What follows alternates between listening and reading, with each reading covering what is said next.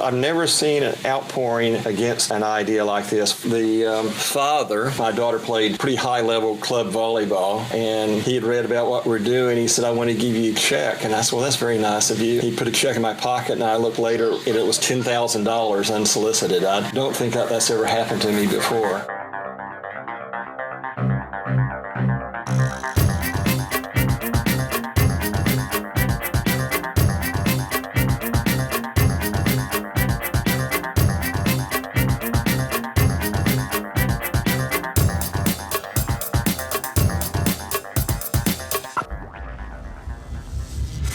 This is EnergyCast, and I'm Jay Dow Howard. We continue our TXU at 10 series today on the other side of the ideological spectrum, as it were, the environmental community. We're going to dive right in, so if you want more context on the events surrounding the details of the expansion, the buyout, and its aftermath, be sure to check out the introduction episode of this series. You may be wondering why I was interested in talking to the environmental groups. You know that this program is more business-focused than other podcasts, but the role that the environmental community played in what is still the largest private equity deal in the history of finance cannot be ignored. Today, you're going to get a peek inside the boardroom where environmentalists literally got a seat at the table of high finance. As I mentioned in the introductory episode, it was reported that environmentalists, led by Jim Marston at Environmental Defense, met with Texas Pacific Group and Colbert, Kravis, and Roberts less than a week before the buyout was made public and hammered out terms that would make the buyout acceptable in the eyes of the environmental community. While cutting this episode, I began to muse about who really won in this whole situation. Did TXU win?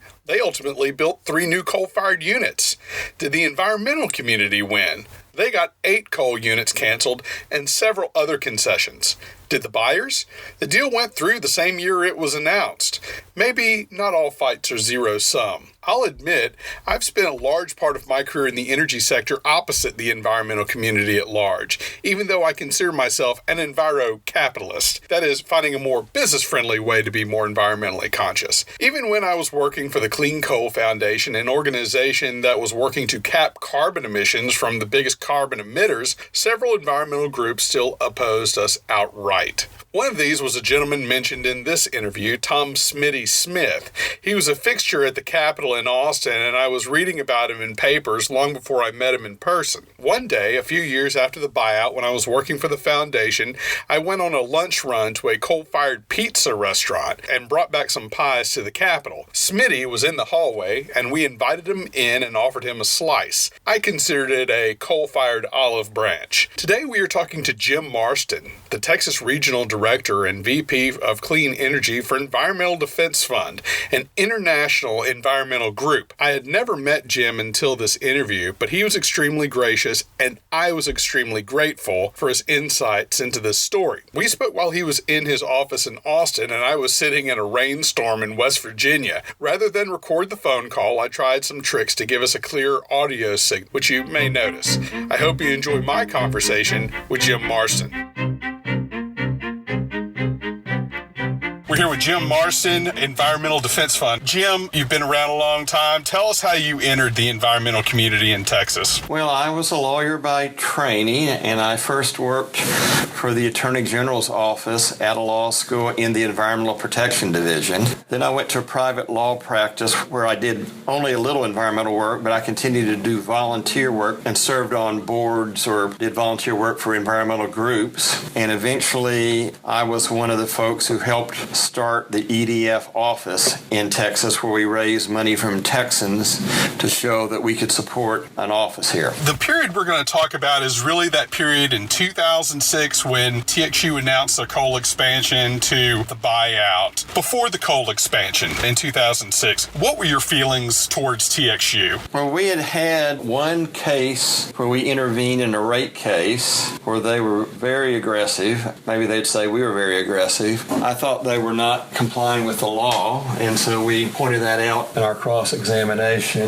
And also, they had an environmental vice president who literally at one point said to me, none of the pollution from our plants is going into the Dallas-Fort Worth area, and if it were, I would shut down the plants myself immediately. Well, he had not kept up with the science, and the science of transport of ozone was clear that those plants were big causes of the Dallas-Fort Worth having ozone problems. So it was, at that point, not the most environmentally minded company in the state of Texas. The story really picks up in 2006. There was a blackout during that period. TXU planned an expansion of 11 coal-fired units to help mitigate a forecasted shortfall in electricity demand. What was your take on that? A few months before TXU announced its plan, there was this out-of-the-blue announcement from Governor Perry that he was going to fast-track permit applications for coal power plants.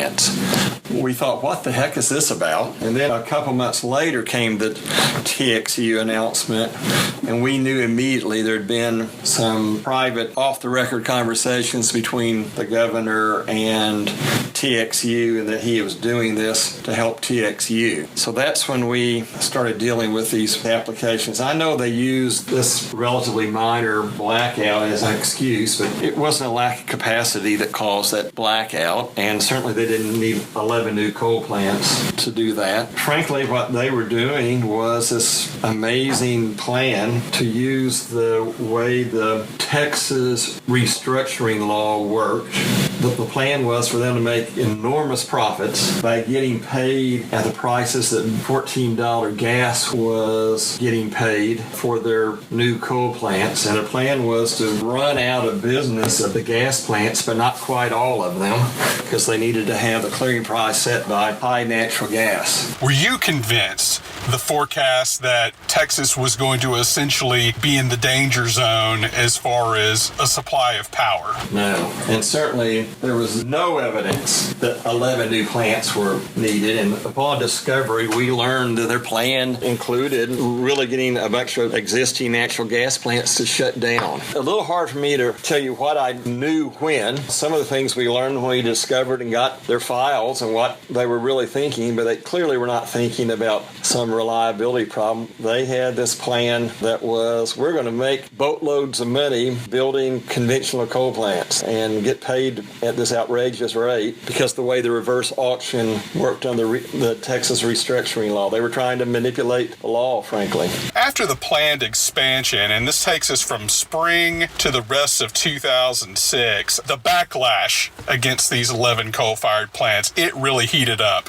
Tell us about your role in that and just really what was going on in Texas at that time. Well, I've never seen anything like it. Let me just start with, this was not in our strategic plan for the year, and we didn't have any resources for this big fight. But frankly, if it was not us, there was nobody else with the ability to intervene here. So we started putting together people at EDF working extra time from their other responsibilities, and then we started talking to folks. I've never seen an outpouring against an idea like this. First, cities, big and little, were outraged by it because they figured out this was going to cause tremendous new air pollution in their cities, and it would harm economic growth of other businesses. So Dallas and Houston, but Waco, the Waco Chamber of Commerce came out against it. Then a group of businessmen independently organized something called Texas Businesses for Clean Air, and they got dozens of businesses to come out. For me, it was amazing. I had lawyers volunteer to work long hours. A law firm took over our lead and reduced their fee by 2/3. This is a true story. I had the father, my daughter played pretty high-level club volleyball, and he had read about what we're doing. He said, I want to give you a check. And I said, well, that's very nice of you. I appreciate it. And a lot of people are volunteering money, and he put a check in my pocket, and I looked later, and it was $10,000 unsolicited. I don't think that's ever happened to me before. People just knew it was bad for Texas, and it was greedy. I was quoted in Fortune magazine saying pigs get fed and hogs get slaughtered. Now, I'm not trying to say anything bad about the way they look or anything. I'm just saying they overreached, and the outpouring of opposition was related to that. And the more we discovered, the more we realized this was crazy. One of the things that I think people may not remember, but an inconvenient truth came out in June of that year, 2006. I don't think there's any doubt that it forever entered the zeitgeist, but do you feel that that movie made a difference in the TXU debate that was going on at the exact same time? Well, I will tell you, it was a time when solving global warming was a bipartisan matter, that the main bill that was under consideration was McCain-Lieberman with a lot of Republican co-sponsors, and this was an enormous amount of new carbon dioxide. I can't remember every number, but let me tell you one startling number. These new 11 plants that Texas Utilities was proposing would have been more greenhouse gas emissions than the total greenhouse gas emissions, that includes cars and power plants and everything else, of 21 states. Not 21 states together, but if the TXU 11 power plants were a state in terms of emission profile, they would be more than 21 other states. That was a staggering amount of air pollution they were proposing. These were big coal plants and a lot of them. This was the line that TXU was using all during the discussion of this expansion, the 11 plants. They were saying that they will reduce the net reductions by 20% across their entire fleet. What did you make of that number? You didn't buy it, I take it. First, that wasn't true with regard to carbon dioxide, and then they assumed a bunch of things about NOx that were not true also, but that's, They also said the gas prices would always stay at $14. Their business model was around gas prices will always be high. We can get paid at high gas prices for conventional coal plants. I want to talk a little bit about the buyout, and this was announced in February of 2007, but it's been reported that I'm not sure if it was specifically you, by you I really mean the environmental community, right, were brought into early discussions before that announcement. Can you tell me about that? Yeah, so out of the blue, we were really making some headway on TXU. The stockbrokers started to question this plan. The legislature had gotten involved. The litigation was going well. We discovered all sorts of great documents that we were about to slap them with, including they planned to buy the boilers from China. This was not a great economic development program for the U.S. It was Chinese, but a bunch of things. But out of the blue, we got a call from Bill Riley, who had been under Bush 1, the head of EPA, and he called my president, my boss, Fred Krupp, and said that TPG that he worked for, Texas Pacific Group, is that the right name? It's a private effort. And KKR and some others were thinking about buying this company. The stock price had gone down. They thought it might be a deal, but they wanted to settle stuff with us, and they would not go forward with the deal unless we could work out an arrangement. And they were willing to, among other things, dramatically reduce the number of coal plants that they would build and make a bunch of other environmental commitments. So literally, I don't know what day of the week, it was probably a Monday or Tuesday. It was the middle of the week. My wife was gone, and I got on the last plane to California that night. Didn't quite tell my staff what was going on other than I needed them to be there to do calculations for me. And so I went in person, and an NRDC who was not really involved in the case very much, but who Bill Riley knew from his days at EPA, got them involved, and one of their folks was on the phone with me regularly during the next day. And we started at 8 and went to about maybe a little bit after midnight. And at one point I called Tom Smith, a public citizen who was intimately involved, and told him what was going on and got some help from him, but it was a pretty hush-hush thing. At one point I thought negotiations were going to break down, and basically we stepped back and I came up with a brand new list of things. In addition to reducing the coal plants they were going to build, they were going to stop all the plants they had not begun construction on and complete only the two. Both of them they'd already spent over $100 million on. I thought it was very unlikely they were not going to try to build those plants. Then they made real commitments with regard to renewable energy and the amount of sulfur dioxide and carbon dioxide and a bunch of other commitments. In writing, we signed it. They got on a private plane back to Texas overnight. We were very careful that we weren't doing doing anything where we got any benefit, so I couldn't fly on the plane. They couldn't pay for my flight out. They couldn't pay for my hotel. But in any event, they went back and talked to the powers that be, and then what we had worked out is that I would be there on Sunday morning. It broke on us. I guess we talked on Saturday. Stories were on Sunday. But on a Saturday, I basically did interviews, and my boss, Fred Krupp, did interviews all day long. So big story in New York Times, Wall Street Journal, Dallas Morning News had a big story. Lots of press. I was going to cite that story. That was going to actually be my next question, but I think you covered quite a bit of it. It was a 1A story, Dallas Morning News. It was on a Sunday. Now, the buyout was leaked Friday. TXU was instructed, staff was instructed, don't talk. So basically, you guys dominated the paper coverage. That was a Sunday story that it was revealed that you guys went out to San Francisco and spent 17 hours with the buyers. Now, I think it just said Texas Pacific Group. Was it KKR? Was it everybody? KKR was somebody there in person, yes. And it was at the TPG offices on California Street. KKR had one or two people there. I think they had people from Morgan Stanley, or one of the big investment banks also had a big share of that. And I think they were only on the phone, but they might have had somebody there. But all I remember was me with 3 to 5 to 7 people all day long. It was not TXU. It was not John Wilder. It was not John Wilder. They were going to buy it from John Wilder. He was not there, no. Was there anything else? That's a fascinating picture to see the environmental community basically choosing their terms in front of Wall Street, I guess you could call it, or big money, big finance, for 17 hours. You know, they had some things that seemed good to them but didn't matter to us. Not only would they drop the plans to build the plants in Texas, but TXU had announced they were going to build 2, might have been 3 coal plants in Pennsylvania, and they agreed to drop those. We were looking for innovative things. One of the things they added was that greenhouse gas progress would be one of the criteria that their CEO's compensation would be judged on every year. I think that's the first time that had happened for a utility in the country.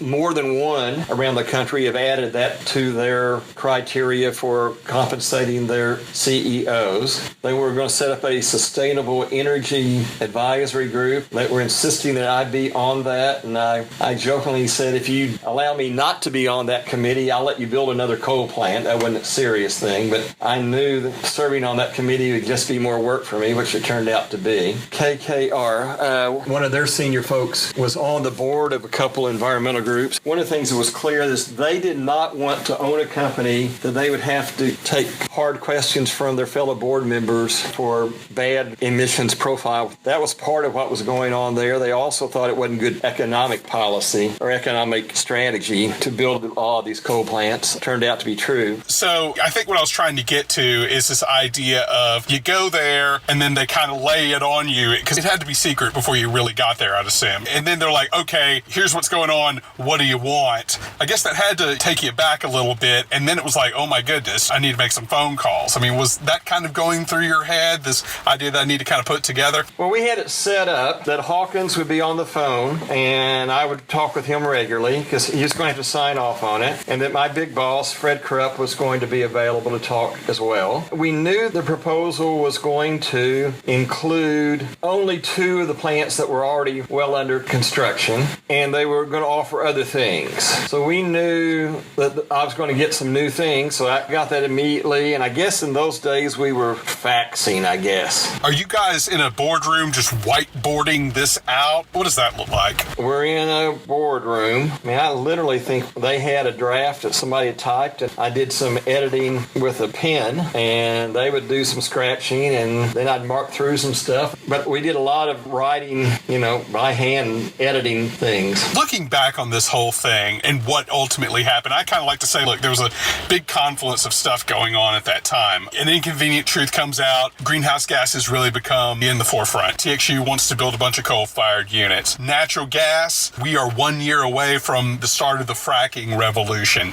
And so all these things are in transition right around that 06-07 timeframe. Do you think that the TXU coal expansion was a seminal point in the way the entire nation looks at coal? In the sense, the idea that building massive coal plants, a large number of them, nobody ever proposed that again. I'm still shocked about how many mistakes they made in this. They just thought they could ram this through. They could beat the legislature. They could beat it in court. They would overwhelm us with legal power. They could PR their way to it. It was hubris, and it was also just a plan that was really about making very short-term money for the company and not what was good for the state or even good for the company long-term, frankly. One of the things I thought was interesting in the news coverage was they would contrast what TXU was doing versus what NRG was doing. Do you remember that? It was TXU's building the coal plants. NRG wants to build gasification plants. Do you feel that that dynamic was played in the media a little bit?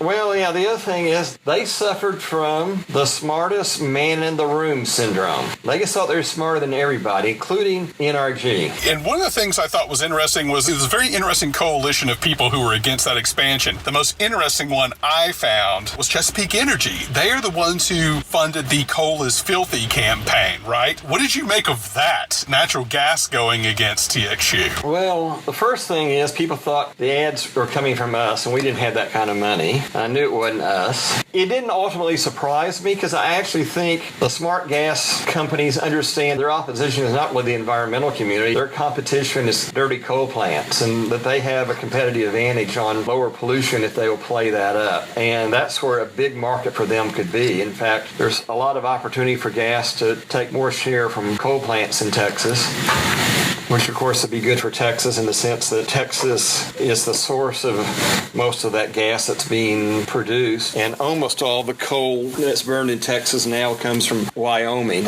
I said at the time, they kept talking about what a great economic opportunity this was for Texas, and I said it was a great economic plan for Wyoming, that the coal would come here and our dollars would go back in those same trains. I'm interviewing several people who were involved in this, and one of them was some of the people who are actually on the TXU communications team. So it'd be interesting to see what you think of this. Do you think it's easier for environmentalists to be portrayed in a favorable light than a utility or a trade association representing big companies in the media? Well, we have some advantages and they have some advantages. I mean, they had a team of communication folks and they had paid media like we didn't have. And they had what at that point was probably a pretty good local brand. I had some people on my Texas advisory board say you can't beat them, they're too popular, even though they're doing an awful thing. But yeah, certainly on whether something is polluting or not, we are a more credible messenger than they are. And when they started making false claims about how good this was for the environment, they were in real trouble. So they became the bad guy for two reasons. One, they were arrogant, and two, they were overreaching. We'll wrap this up, but I think I wanted to let you leave us with some final thoughts. What can be learned, or what were some of the lessons from this episode in energy history? I think, number one ought to both respect other parties, whether they're mayors of cities or other businesses or environmental groups. And two, if you have a plan that will be the largest single plan for additional pollution in the history of the U.S., you might get some opposition. Well said. Jim Marston, Environmental Defense Fund, thank you so much for your time. All right. Bye-bye. That was Jim Marston, VP of Clean Energy and Texas Regional Director of Environmental Defense Fund. I mentioned how gracious Jim was for this appearance. He first offered to do the interview while on vacation in Italy. I told him it could wait. And when we did do the interview and ran a little longer than anticipated, he excused himself from a meeting so we could wrap it up. I can't say this enough. I have found that the accessibility that environmental groups provide to the media is something the business community could definitely learn a thing or two from. Thank you as well to Catherine Ittner and Stacy Brick for helping with this interview as well. Music was produced by Sean Stroop at Stroop Loops. You can reach me at energy-cast.com and on Instagram at Host Energy for a couple of great picks. That wraps up this episode in our TXU at 10 series. I'm Jay Dowenhauer. We'll see you next time.